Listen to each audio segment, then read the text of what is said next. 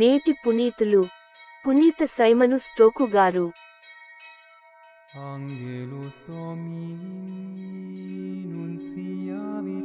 రోమునందు కూడా అట్లే చేయవలెను.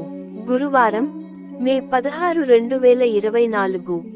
మొదటి పఠనం అపుస్తలుల కార్యములు 22వ అధ్యాయం 30 మరియు 23వ అధ్యాయం 6 నుండి 11 వచనాలు. యూదులు పౌలుపై మోపిన నేరము ఏమిటో ఖచ్చితముగా తెలిసికొనవలెనని తలచి ఆ సైన్యాధిపతి మరుసటి రోజు పౌలు సంకెళ్ళు తీసివేయించి ప్రధానార్చకులను, విచారణ సభను సమావేశము కావలెనని ఆజ్ఞాపించెను. పిమ్మట పౌలును తీసుకొని వచ్చి ఆ సభ ఎదుట నిలువబెట్టెను. ఆ సభలోని వారిలో కొందరు సద్దూకయ్యులని, మరి కొందరు పరిసయ్యులని గ్రహించి పౌలు వారితో, సోదరులారా, నేను పరిసయ్యుడను, పరిసయ్యుల కుమారుడను, మరణించిన వారు మరల జీవముతో లేతురని నా నమ్మకము. అందువలననే నేనిప్పుడు విచారింపబడుచున్నాను అనెను. అది వినగానే పరిసయ్యులు, సద్దూకయ్యులు కలహించుకొనసాగిరి. ఆ సభ 2 పక్షములుగా చీలిపోయెను.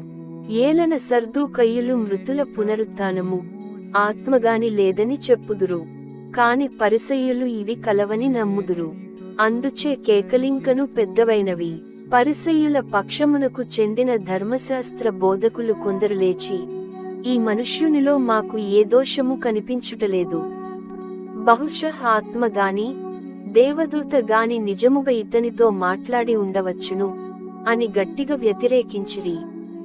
వాదము తీవ్రము కాగా వారు పౌలును ముక్కలు ముక్కలుగా చీల్చి వేయుదురేమో అని సైన్యాధిపతి భయపడి తన సైనికులను సభలో ఉన్న పౌలును దూరముగా తీసుకొని పోయి కోట లోపల ఉంచుమని ఆజ్ఞాపించెను.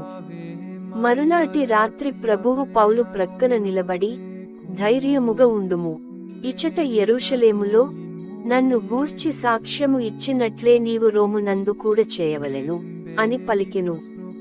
ఇది ప్రభువు వాక్కు.